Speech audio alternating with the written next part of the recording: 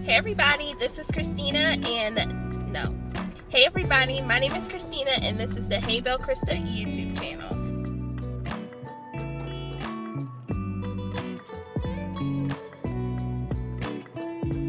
I'm trying to keep my intro, you guys. Have been doing really good. So we're continuing in the small business reset series, and in the last video what we talked about was making sure that you take a break.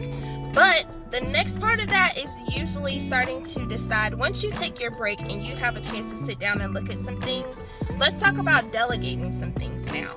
Going into the end of this year, if you are at a place where you're starting to grow, you may be starting to look into things like delegating out tasks. As a small business owner, like I mentioned, we often do everything.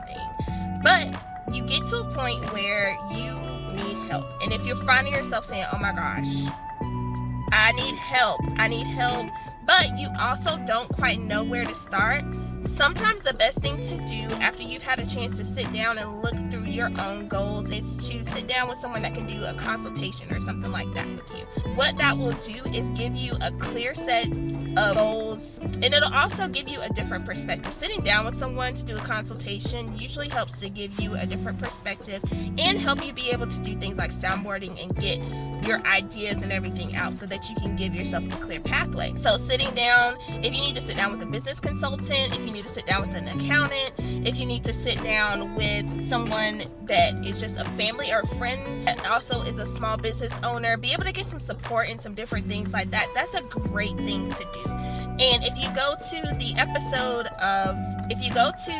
my interview with Sierra Hamilton with Nicely Placed Organizing, she's a professional organizer, and we talk about how having these consultations is really good because it gives you a different perspective. But then also when you get with someone that does business consultations, what you'll have is milestones that they'll give you, and that's something that's really good to give yourself as well. So when it comes to delegating out these different tasks and everything like that, when you get to a point where you want to delegate out some tasks and get some different things that you are getting help with, what you want to make sure that you do first of all is that you have a very clear idea of who you need to have helping with you, what your budget looks like, and give yourself milestones and goals so that you can make sure that you are actually getting the most out of your partnerships with other people.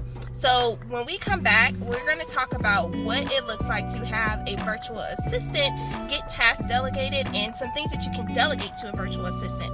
So virtual assistant can be social media management, it can be email management, it can be general admin type of stuff.